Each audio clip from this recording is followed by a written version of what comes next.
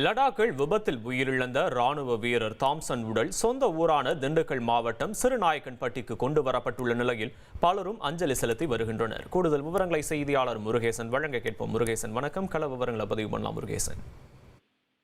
வணக்கம்.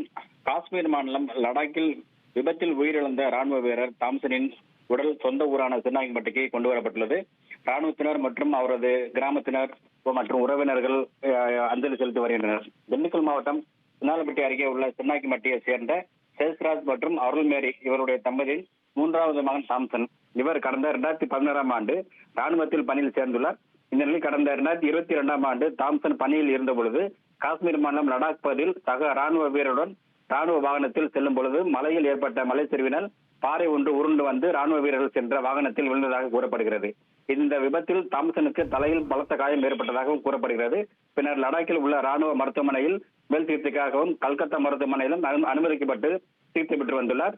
இந்நிலையில் கடந்த சில நாட்களாக தாம்சனுக்கு ஊட்டியில் உள்ள ராணுவ மருத்துவமனையில் சிகிச்சை அளிக்கப்பட்டு வந்த நிலையில் நேற்று அவர் உயிரிழந்து விட்டதாக மருத்துவமனையிலிருந்து பெற்றோருக்கு தகவல் கிடைத்துள்ளது. இதனையடுத்து ராணுவ வீரர் வாகனத்தில் வைத்து உடலை தங்களது சொந்த ஊரான சின்னாக்கிமட்டிக்கு கொண்டு வந்துள்ளனர்.